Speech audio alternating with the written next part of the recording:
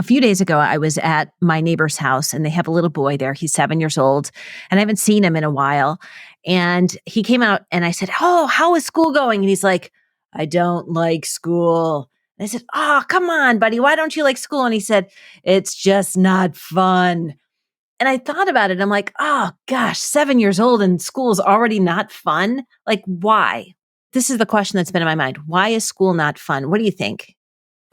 Hello everyone, my name is Dr. Matthew Worwood. And my name is Dr. Cyndi Burnett. This is the Fueling Creativity in Education podcast. On this podcast, we'll be talking about various creativity topics and how they relate to the field of education. We'll be talking with scholars, educators, and resident experts about their work, challenges they face, and exploring new perspectives of creativity. All with the goal to help fuel a more rich and informed discussion that provides teachers, administrators, and emerging scholars with the information they need to infuse creativity into teaching and learning. So let's begin. Hello, we have a fun episode for you today. Today we have Dr. Mike Rucker, who is an organizational psychologist, behavioral scientist, and charter member of the International Positive Psychology Association. He has been academically published in publications like the International Journal of Workplace Health Management. His ideas about fun and health have been featured in the Wall Street Journal, Washington Post, and many others. He currently serves as a senior leader at Active Wellness and is the author of the best-selling book, The Fun Habit, which is out now and I have read and highly recommend. So I invited Mike to the show. Welcome, Mike. Thanks for having me. Mike, I think it's important to start with your definition of fun. What is fun and how do we cultivate it in our lives? So the way I define fun is I start with kind of an academic definition. There's this concept in psychology called valence. It's just a fancy word for pleasure, right? And so fun is anything on the positive side of valence. So meaning that we're getting enjoyment from it and we're drawn to that activity. And anything unfun is on the negative side of valence. So we're kind of repelled by it. It's hard, it's depleting, and things that, don't bring us joy. And so simply put, fun is finding pleasure in the activities that you're doing. Well, that sounds fun. So how do we bring fun into our lives? Yeah, so I think what the research shows is that, especially as adults, as we get older, we tend to habituate our daily routine. And so a lot of folks aren't looking through the lens of finding joy in the things that they do in their day to day. We've really been groomed to look at productivity and how do we squeeze the most out of every minute. But this idea of how do I also look at the things that I'm doing and making sure that I'm enjoying myself in context becomes something that's also valuable, right? And what we found is that just a lot of folks, when they look back at their week, aren't enjoying the things that they're doing. And this is starting to have a ripple effect that in a really negative way, right? We know when folks aren't finding joy in life, it's a slow burn. So, it takes longitudinal studies to kind of identify it. But there's a pretty direct line to the record levels of burnout we're seeing, especially with educators, physicians. For the first year, we saw nurses on strike, right? And so there's a whole host of headwinds why that's happening. Knowledge work is one of them. The fact that we're getting information 24/7 where our previous generations didn't. So, we're kind of had this always on life that didn't exist before. And then also just, the fact that our lives are becoming more routine. And so being able to kind of get that nudge, that invitation to go back and start to say, hey, I have some agency and autonomy over how I do things and how I spend my time becomes important in that context. And then, sort of a side narrative is also the leisure issue that we have here, especially in North America. Right, we're the second to last with regards to giving PTO. And so many people sort of mortgage having fun for these once a year episodic vacations. And if those go south, then essentially, the one opportunity they had to enjoy themselves isn't available and they have to wait till the next year. So figuring out how to sort of work around that problem that we're so leisure poor is also something that needs to get worked on. There's a few things that you reference that I would like to explore from a classroom perspective, but I suppose in theory we could speak about them outside the classroom as well. It's the idea of routine, habit, and when you're talking about PTO, I start thinking about, just having new experiences. And so that question maybe is on its own. Are we more likely to have fun when we're experiencing something new? And the reason why I bring that up is, of course, not just teachers, students. We obviously get into a routine of learning. And, my eldest is just really disgruntled about his current routine in life because he says he goes to school, comes home, does homework, goes to school, comes home, does homework. And he doesn't like that routine. And I can see the joy that he once had for learning slowly going away. And that's obviously an example of students, but I have no doubt that we can also relate a similar thing to teachers as well. So I was wondering if you could talk a little bit about that, this getting into the habit, the routine, but then also, is it just a case of we're not being exposed enough to novel experiences, or can we have fun while we're in the routines?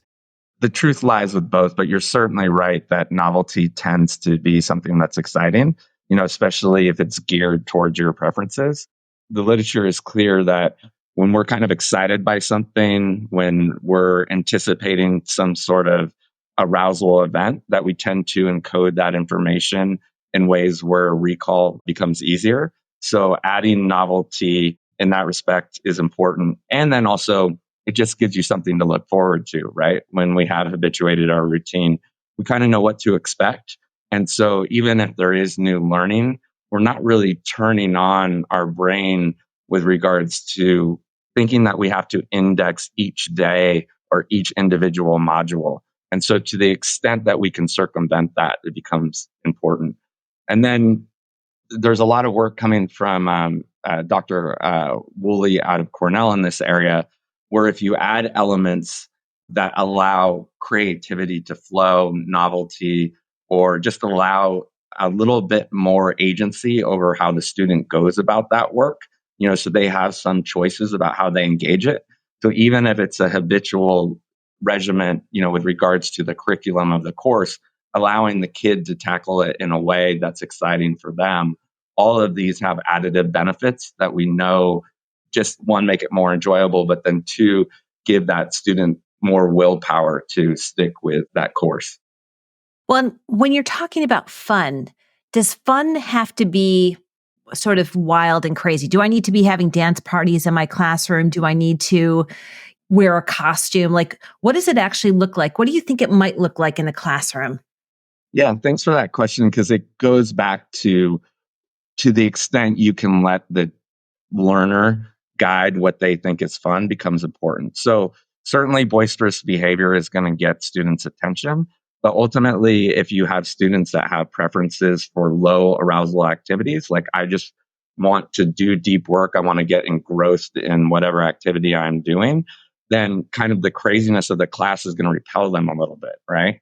The same thing with introverts. If there's, some sort of engagement that requires them to sort of engage with others, that might not be something that they would classify as fun, right? And so one thing that I always like to clarify is sometimes learning isn't necessarily meant to be fun. Growth happens sometimes in discomfort. But what I would suggest is that we aren't having enough fun and that it's clearly a useful vehicle for improving circumstance. And so to answer the question, what are elements of it that are modular so that it can be a fun event, but students can pick and choose what's going to make it fun for them? Even I'm thinking about, the interaction I've had with my kids' teachers and the back to school nights. And I'm reflecting on the teachers talking about the upcoming year, all of the things that they're going to do. And I just, thinking right now, I think pretty much every teacher I've interacted with talks about a fun project. And that fun project, it might be September that we're having this back to school night, but that fun project might be in April. And you can see the teacher lights up. They typically talk about their past students having lots of fun doing it. And my question for you is, I wonder if that project is fun because it's almost like a disruption to the routine. And it is something to look forward to. And so I wonder if there is a subtle benefit to having some of these routines and then integrating these different experiences, these new fun experiences that disrupt the routines, as opposed to trying to like integrate fun activities throughout the academic year, because maybe they might become more routine. Does that make sense? It makes absolute sense. And you're spot on. So the one thing about novelty is that if it's overused, then all of a sudden it becomes less effective, right? And so there's an interesting study that I often cite, and this will make sense in a second, out of UCLA that asks folks to approach their weekend like a vacation, right? And we know that has a huge benefit. That's essentially just a mindset shift, right? But if you look at that longitudinally and you think about your weekend, every weekend as a vacation, ultimately that kind of intervention is going to lose its utility, right? Because you're like, okay, I've done this before. So I use that as an example to answer your question, right? If every week, there's this new thing where you stop to understand why you're in this environment, I think it would lose its utility. Because one, there wouldn't be structure, right? And we know students and children in general need structure, need scaffolding to some degree so that goals can be achieved. But to your point, adding this novelty then lights them up because it is these episodic rewards of like, okay, I can break the routine. This is sort of exciting. And I can play with ideas that are now seeded through mastery because we did the work, and then think about them in a nonlinear way in a very safe space, which is oftentimes when good teachers put these things together happens. Like, for instance, my son just did a living museum where they picked their favorite person. They had to do a report on it, right? So, it was a writing assignment and they learned how to research. But then it was this performative art where all of the parents came into the auditorium and got to see these kids come alive into these people that they really endeared. And so what an amazing, fun thing that really gave the students, right, a lot of autonomy on how they wanted to go about it. Some got in costumes, some didn't. Some read the speech, the introverts. So it wasn't like they were put on the spot, but they still, were able to participate. So you saw this wide breadth of ways of having fun that was really inviting for the student and a great way to sort of, learn about history. That's a wonderful story. That is a great story. I love that. I haven't heard anything like that before either. I did that in my drama school. I think that's why I'm finding it fun. And to your point, actually, it was very different because instead of doing a play, we had to go and study an animal for 3 weeks. So typically we would do a play every 3 weeks. But this one particular production period, we had to go to the zoo and study an animal. And then the production was us publicly, in essence, acting out a zoo, and people would come and see us in our cages. So, it's that there's something really, really fun about that activity. And I've never heard it or even thought about it in the context of an elementary school. I'm assuming it was an elementary school, but that's fantastic. That's fantastic. And it's also a great example, right? If you approach it with some creativity, you generally can add a lot of elements of novelty to something that might at first blush seem routine. So again, curriculum is important. We all know that. Structure is important. We know that, you kind of need to know where you're going, but figuring out intermittently, how to make it more exciting, again, has a whole host of benefits. So there's where my question lies. So a few days ago, I was at my neighbor's house and they have a little boy there. He's 7 years old and I haven't seen him in a while.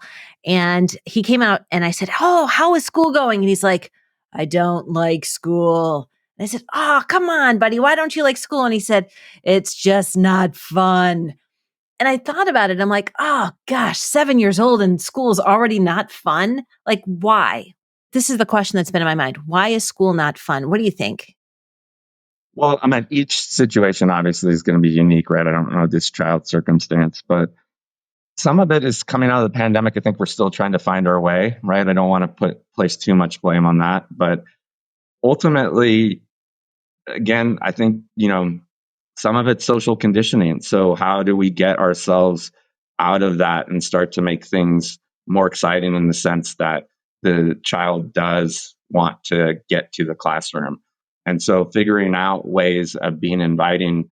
I saw, a video recently where a teacher had unique introductions to each student as they came into the classroom. Have you seen that one? Mm-hmm. Where they kind of slapped the door and they each had their personal sort of greeting.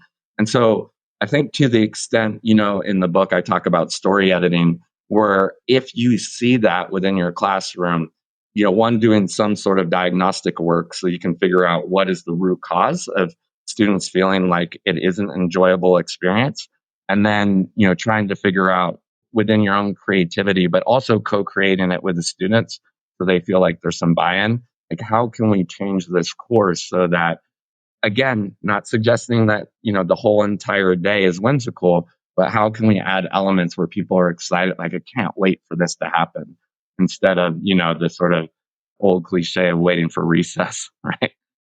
I mean, I do think there are pockets. I keep reflecting on elementary schools, like the sports days, these science fairs, the elementary school teacher that turns the classroom into a gingerbread house, the elementary school teacher that creates a scavenger hunt with insects, in my school, my kids' school, the no uniform days. I think that to give credit, there are situations where some schools, not all of them, whether they mean to or not, try and mix up the routines and create some opportunities for fun. But as we progress up grades, I think that maybe I'm seeing less of those opportunities, because to your point, you referenced it in your first answer, we start getting into those routines and habits. We've got the sports, we've got the theater productions, everyone is in so much structured activity. And those structured activities, partly to do with us being able to survive and fit them into the day, are typically well organized and highly routine based. And I'm wondering if both older students, but also teachers, are there opportunities for us to find fun despite the fact we're interacting with a routine that we know very well? Yeah, so there's different tools that can be used depending on the circumstance, but I certainly think you can always add some sort of element. We've kind of already gotten into that. I call that activity bundling. So, what is something that you potentially could add? There's generally three variables, right? Is it the environment, right? Are people just sick of being in the four walls of the classroom? So if you took it, if you have the privilege of being near some sort of nature installation, if you took it out there, even though it's a subtle shift, would it be more pleasurable? Is the activity essentially what's gotten stale? So is there a way, again, going back to the museum example, that you could switch up, the way that you're teaching so that the activity becomes more enjoyable, but you're still accomplishing the same goal? And then sometimes, quite frankly, it's the people, right? I think in this context, that's harder to change, but is it the mix of people? Do you have the right groups? Is it time to kind of rethink how you organize some of the way that, people are learning together? So playing with those three things tends to be a way to at least, increase the pleasure that you're having. So sometimes I wonder if we want to build more fun into the classroom, we have to look at what the teacher is doing. And sometimes in the teachers that I talk with, they're just so burned out. And so one of the things you reference is that fun is the elixir to burnout. And so it's almost like, I wonder if by bringing fun into your everyday life, then that will help you bring fun into your classroom. Would you agree with that?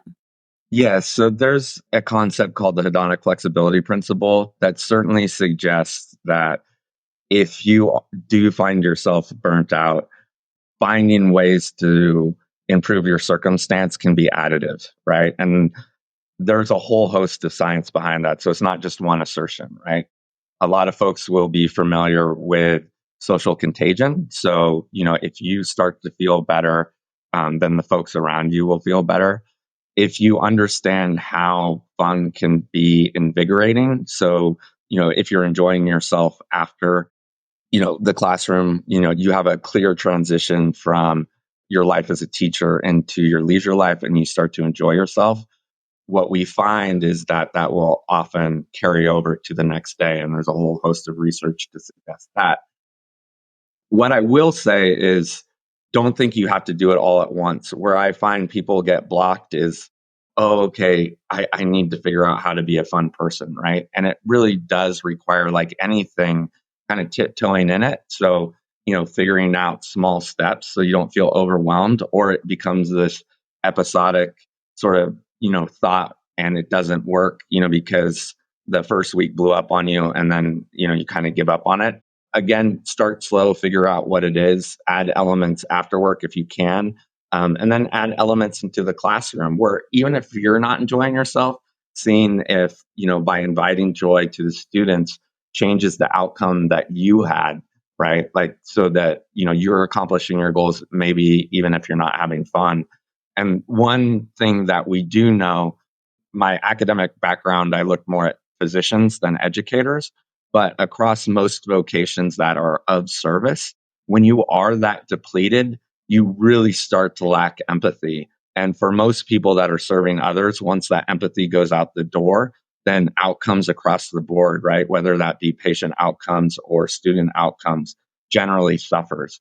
So most folks have gotten in these types of professions because they did want to make an impact.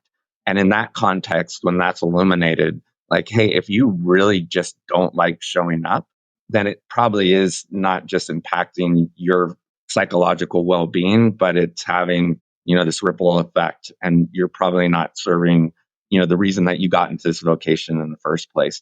And so with that directive, even if it means let's just figure out how you can have a little fun after the classroom as a kind of a first step, is a good place to start. I do feel like there is this awakening where people get it. At least in my state of North Carolina, they've increased the amount of teacher work days. They really are trying to figure out how to be more equitable about how time is spent, and creating opportunities so that folks can get together and sort out solutions as a team rather than feeling like the burden is all on their shoulders. I've been pleasantly surprised, at least in Guilford County where I live, that this is being thought about, but I don't know nationally if that's true. My takeaway, and I know we haven't finished, but my takeaway is at the beginning of each academic year or at the beginning of each semester, I'm going to ask myself, where is the opportunity for me to have fun this year? Me, Matthew Wood, because there's facilitating fun with the students. And my gut feeling is there's a lot of educators that do that well. But I think we also need to say, where is my opportunity to have fun as well? And we probably need to prioritize that just as much. Yeah, that's a big one. And even though this is such a low level tactic, I found that this invitation has really been hitting home. So I'm going to share it. And that is, take your lunch break. So many of us don't do that. And you can Google how deep this research goes, but even if fun for you, because, for whatever reason, you can't find fun in the classroom, taking a clean break and having a transition because the lunch hour is yours instead of working through it so that you come back the second half and are renewed. That's a great piece of space to experiment on what is fun for me. Do I reconnect with another teacher that I really like and we do something that's absolutely not related to the classroom? Am I an introvert? So I get engrossed in a good book, so that I just, even though it's a positive form of escapism, I'm kind of just removing myself from that cognitive load of the classroom. So again, it's a very pedestrian recommendation, but so many of us aren't doing it. And if we extend the workday through that and don't take breaks, it's really when we start to see these fissures, psychologically. So from the very beginning, since we started talking, and you were talking about, I think before we started recording, the idea of routines, and we as parents, we go from place A to place B, and I bet a whole bunch of teachers are also suffering from that, and I'm sure that's contributing to burnout as well. It's not just the classroom environment; it's our lifestyle, and I think those transitions are really important, and I think we've got to really be conscious. It's great we all, want to be super successful in our careers, and it's great that we're working hard, and hopefully we're going to be noticed, and hopefully we're going to be successful. But to your point, there's times where I have the summer and I've got the choice between two books. And I look at one book and I say, well, this is something I should read for my profession. This is something that I want to know to assist me in my career. But then, the other part of me is like, well, maybe I should just read the Percy Jackson books and see what my kid's enjoying about it. And it seems small, but that's a choice right there to disengage, to go and do something new. And I think we all need to keep reflecting on that, making sure we build in those transitions, whether it's lunch break, wherever it is, camping, we've got to find those moments to kind of break this routine. Otherwise, I think that we're all vulnerable to burnout. Oh, Matt, I really want to build on that, but hold on one moment. Do you want to bring more creative and critical thinking into your school? Look no further than our podcast sponsor, Curiosity to Create. Curiosity to Create is a nonprofit organization dedicated to engaging professional development for school districts and empowering educators through online courses and personal coaching. And if you're craving a community of creative educators who love new ideas, don't miss out on their Creative Thinking Network. Get access to monthly webinars, creative lesson plans, and a supportive community, all focused on fostering creativity in the classroom. To learn more, check out curiositytocreate.org or check out the links in the show notes for this episode. So, Mike, to build on what Matt just said, I loved the piece in your book around taking things out and evaluating your life, looking at your day and what agonizes you, and how to take those things that agonize you and remove them and replace them with fun. And the thing that has been an absolute game changer is the nothing that you talk about and how we spend our time on the nothing. So can you elaborate on both pieces for us? Yeah. So whenever we build our systems, right, we've been talking about habitual behavior. It's so easy to always add things to a busy life. Anything that we do, right, we tend to add, and we never take away. And so again, another invitation to be like, look at all of these things. Matt, that was a perfect example. Like I had these two books, right? And your mind's like, I'll figure out a way to read both of them. But generally that's not practical, right? And there's a whole host of examples of that where, again, especially if you also have children, where our lives are so overprescribed because we've kind of just habitually gone through our days that there are aspects of things that we do that we could just stop doing, right? It might be that Toastmasters on Thursday night that was fun because you used to do it with friends, but now you just go because you've kind of forgotten that you can de-invite yourself.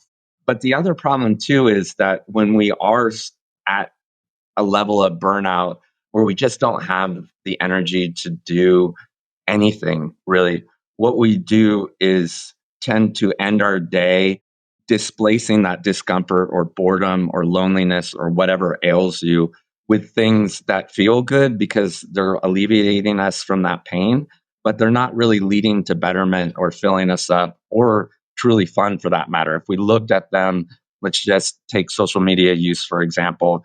If we asked ourselves, was that really fun, that hour I was looking at memes? Maybe it was the one day that a couple really hit, but as a generality, most people that look back at that time won't even be able to tell you what they did. The same for mindlessly watching television. So I'm always clear to say, if you have your show and you're watching it with your partner, and I asked you 2 weeks from now, how was that hour? And you're like, I loved the embrace of my partner. And this show was like, I remember the conclusion and it had this moral story. That's not what we're talking about. But a lot of folks are just so tired, right? They'll just surf channels, not really paying attention to what they're watching. And what we know, and again, the big asterisk here is do it in baby steps. Don't try and change your life overnight. You start to replace that time where you're not really, again, doing anything fun. You're just displacing discomfort with things that do light you up, like maybe just, a dinner date with your partner, or, for a lot of folks, it's taking a class, re-engaging with something that they truly enjoyed, but for whatever reason, that just kind of fell out of their life. Whatever it is, you're reclaiming an hour to 3 hours in the 168 that you have in a week. So that's another nice frame, right? I meant 168 to say that you can't have control between 1 and 3. Most people won't challenge that. But when they look at their schedules mindfully, they realize like, holy cow, I've kind of lost control of all of it. And so finding a way to look at these activities that aren't bringing you joy, seeing where the low-hanging fruit is so that you can sort of reintegrate things that you want to do, and then playing and experimenting with that is a useful experiment. And 9 times out of 10, what you will find is that what you thought was going to be cumbersome, or like, I just don't have the energy for that, actually is filling your batteries back up. And you show up the next day, just like the Cassie Holmes research project that I showed or referenced. And the next day you feel better and you're like, oh my goodness. And then it becomes this upward spiral instead of the downward spiral that so many of us find ourselves in. Okay, Mike, we finish every single episode asking our guests to share 3 tips that they can offer to teachers or educators about bringing creativity into their lives. Perhaps in your case, introducing more fun into their lives. Yeah, so I guess just to kind of summarize what we talked about, right? That we generally have more agency and autonomy to choose fun, right? So if you kind of feel like you have habituated your routine and you need to break out of it, how can you use, I call it story editing, but most people are familiar with the idea of reframing. How could you reframe or potentially reconstruct the things that you're doing to add some of the novelty, the fun, the creativity that we've talked about throughout this? Number 2 would be focusing on fun that's already there. Sometimes there are fun elements that are already part of it, but that we're not celebrating what they are. So maybe there's a way to amplify some of the things that you're already doing or getting people involved, so that you take what you already have, but then uplift that by giving folks a voice or allowing them to kind of tell you what would make that activity more enjoyable. And then the third one would be, what can you do to inject fun? And so that's what we talked about as well, is there a way to completely flip the script, right? The first 2 are really accessible. The third is, once you feel like you have kind of the wherewithal to flip the script, where can you come in and really get creative, right? Create that living museum or whatever it is that would help you, make something more interesting. But then I would say, and sorry for adding a fourth one, take heed in what's working and what's not. That's part of the fun of creativity, right? Like, some of these things are going to fail. And so if you recall in the book, right, Dr. Cook playing Mist with her child, like, reframing is so amazing, where she was actually celebrating the things that didn't work and making that fun, right? We can do that as adults too, right? If something fails in a disastrous sort of fashion, like, understand that that's part of the process, laugh at it, but then come back and figure out what would work. So those would be my 3 recommendations. Well, Mike, our time is up, but we have really enjoyed this conversation. And I highly recommend those of you who, if you enjoyed this episode, to check out Mike's book, The Fun Habit, which you can purchase on Amazon or Barnes & Noble or your favorite bookstore. So if you like this episode, or you think someone in your life needs a little bit more fun, we highly recommend that you share this link with them and encourage them to give it a listen. My name is Dr. Matthew Wherwood. And my name is Dr. Cyndi Burnett.